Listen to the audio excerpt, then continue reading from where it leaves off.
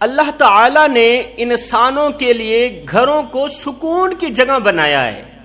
آج اگر ہمارے گھروں میں پریشانیاں ہیں، آج اگر ہمارے گھروں میں بے سکونیاں ہیں، گھر جہنم کے گڑھوں میں سے گڑھا بنا ہوا ہے، گھر میں نفرتوں کی آگ جلی ہوئی ہے، تو اس کے ذمہ دار ہم خود ہیں۔ گھر کے سکون کی بربادی کی بنیادی غلطی ہم خود کرتے ہیں۔ گھر بسانے کے لیے، گھر آباد کرنے کے لیے، شادی کے لیے کسی ایسی لڑکی کا انتخاب کیا جاتا ہے جو امیر بھی ہو، دولت مند بھی ہو، خوبصورت بھی ہو، نیک سیرت ہو نہ ہو، اس سے ہمیں کوئی غرض نہیں۔ خوبصورتی کا ہونا لازم ہے۔ مہینے کا 1,00,000 سوا لاکھ کما بھی لیتی ہو، ماموں کی بیٹی ہو، خالہ کی بیٹی ہو، وغیرہ وغیرہ۔ سنو، یہ اسلامی طور طریقہ ہرگز نہیں۔ اسلام ہرگز یہ نہیں کہتا کہ تم خوبصورت لڑکی کی آڑ میں آ کر نیک سیرت لڑکی کو ٹھکرا دو۔ اسلام یہ ہرگز نہیں کہتا کہ تم امیر ترین لڑکی کی آڑ میں آ کر غریب لڑکیوں کو ٹھکرا دو۔ اسلام یہ ہرگز نہیں کہتا کہ تم صرف ماموں کی بیٹی سے شادی کرو، باقی والوں کو ٹھکرا دو، باقی والوں کو رد کر دو۔ جوانوں، اگر تم چاہتے ہو کہ تمہارا گھر جنت کے باغوں میں سے باغ بن جائے، اگر تم چاہتے ہو کہ تمہارا گھر جنت کے ٹکڑوں میں سے ایک ٹکڑا بن جائے، اگر تم چاہتے ہو کہ تم سارا دن محنت مزدوری کرو، سارا دن پورا دن کام کرو، شام کو جب واپس اپنے گھر کی دہلیز پر قدم رکھو تو یوں محسوس کرو کہ تم نے جنت کی دہلیز پر قدم رکھا، یوں محسوس کرو کہ تم جنت کی وادیوں میں گھوم پھر رہے۔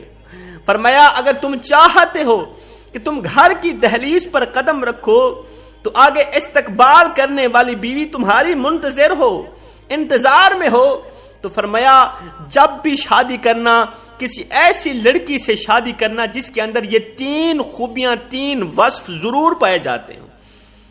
ایسی لڑکی کا چناؤ کرنا اپنی زندگی کے لیے، ایسی لڑکی کا انتخاب کرنا جس کے اندر یہ 3 خوبیاں ضرور ہر حال میں پائی جاتی ہوں۔ آخر وہ 3 خوبیاں ہیں کون کون سی؟ حضرت سیدنا علی المرتضیٰ شیر خدا کرم اللہ وجہ الکریم فرماتے ہیں اگر تم چاہتے ہو کہ تمہارا گھر جنت کا ٹکڑا بن جائے تو 3 خوبیاں رکھنے والی عورت ہی تمہارے گھر کو جنت کا ٹکڑا بنا سکتی ہے۔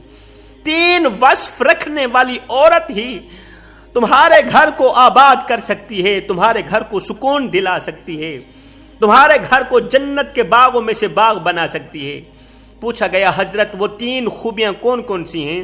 حضرت علی نے فرمایا پہلی خوبی وہ شکر گزار ہو، اتنی شکر گزار ہو کہ اگر وہ پانی کا 1 گھونٹ بھی پیے تو اللہ تعالیٰ کا لاکھ لاکھ شکر ادا کرے، شکر کا دامن اس نے مضبوطی سے پکڑا ہوا ہو۔ فرمایا شکر گزار انسان کو رزق ایسے تلاش کرتا ہے جیسے مرنے والے کو موت تلاش کرتی ہے۔ شکر گزار انسان، جو انسان اللہ تعالیٰ کا ہر وقت، ہر گھڑی، ہر لمحے شکر ادا کرتا رہتا ہے نا، یہ وہ شخص ہے جو دنیا میں بھی امیر اور آخرت میں بھی امیر رہتا ہے۔ ایک فقیر تھا، بزرگ تھا، جس کے دل کا تعلق اللہ کی ذات کے ساتھ جڑا ہوا تھا۔ اس کے دل کا آپریشن ہوا تو 10 دن تک ہاسپٹل میں پڑا رہا۔ 10 دن کے بعد ڈاکٹر صاحب نے 5 لاکھ روپیہ بل بھیج دیا، 5 لاکھ روپیہ بل بھیج دیا۔ بابا جی نے جیسے یہ 5 لاکھ کا بل دیکھا تو زاروں قطار رونے لگے، زاروں قطار چیخو پکار کرنے لگے۔ ڈاکٹر صاحب دوڑ کر باہر نکلے، بابا جی کیا ہوا؟ کسی نے کہا جی 5 لاکھ کا بل دیکھ کر بابا جی زاروں قطار رو رہے ہیں، چیخ رہے ہیں۔ ڈاکٹر صاحب نے کہا بابا جی مجھے لگتا ہے آپ غریب ہیں، بہت زیادہ غریب ہیں، کوئی بات نہیں، تھوڑا بل کم کر دیتے ہیں۔ اگر آپ صاحب استطاعت نہیں ہیں، غریب ہیں، بل ادا نہیں کر سکتے تو آپ روئیں مت، ہم تھوڑا بل کم کر دیتے ہیں۔ بابا جی نے کہا ڈاکٹر صاحب میں غریب نہیں ہوں، اللہ کا دیا سب کچھ ہے میرے پاس پیسہ بھی ہے، دولت بھی ہے، میں مالدار ہوں، اللہ کا دیا سب کچھ ہے۔ بابا جی پھر آپ رو کیوں رہے ہیں؟ کہا ڈاکٹر صاحب رو اس لیے رہا ہوں کہ تو نے 10 دن تک میرے دل کی رکھوالی کی ہے، بل 5 لاکھ روپیہ مانگ لیا ہے، افسوس کہ جس مالک نے ساری زندگی میرے دل کی رکھوالی کی ہے اس کا تو شکریہ بھی ادا نہیں کر سکا، اس کا تو شکریہ بھی ادا نہیں کر سکا جس نے ساری زندگی میرے دل کی رکھوالی کی۔ فرمایا شکر گزار عورت یہ وہ عورت ہے جس کے اوپر ہر وقت، ہر گھڑی، ہر لمحے رحمت کی بارش برستی رہتی ہے۔ اللہ کی شکر گزار بندی، اس کو اللہ تعالیٰ جزا یہ دیتا ہے کہ اسے شوہر کا بھی شکر گزار بنا دیتا۔ اللہ تعالیٰ اسے جزا یہ دیتا ہے، صلہ یہ دیتا ہے کہ جو عورت اللہ کی شکر گزار ہے وہ شوہر کی شکر گزار بھی ضرور بنے گی۔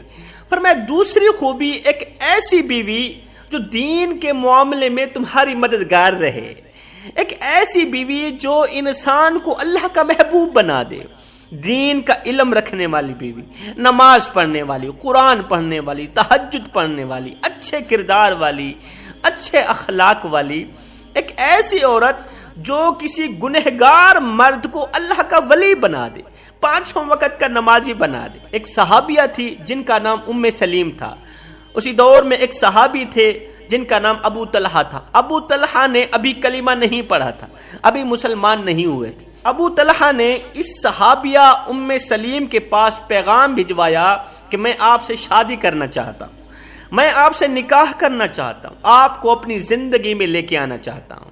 یہ پیغام سنتے ہی ام سلیم نے کہا کہ آپ کا رشتہ ٹھکرایا تو نہیں جا سکتا، آپ جیسی شخصیت کو رد تو نہیں کیا جا سکتا، لیکن کہ ہماری جوڑی ہرگز نہیں بن سکتی، اس لیے کہ میں مسلمان ہوں، میں خدا وحدہ لا شریک کی عبادت کرنے والی ہوں اور تو بتوں کا پجاری ہے، اپنے ہاتھوں سے بنائے گئے بتوں کو خدا مان کر ان کی پوجا کرنے والا ہے، ہماری جوڑی ہرگز نہیں بن سکتی، اس لیے کہ میں مسلمان ہوں اور تو کافر ہے۔ اب ابو طلحہ جو کہ مالدار تھا، پیسوں والا تھا، دولت مند تھا، ابو طلحہ نے ام سلیم کی سوچ سے بھی زیادہ، وہم و گمان سے بھی زیادہ حق مہر کی پیشکش کی۔ اتنا حق مہر دوں گا، اتنا پیسہ دوں گا کہ تو مالدار بن جائے گی، تو امیر ترین خاتون بن جائے گی۔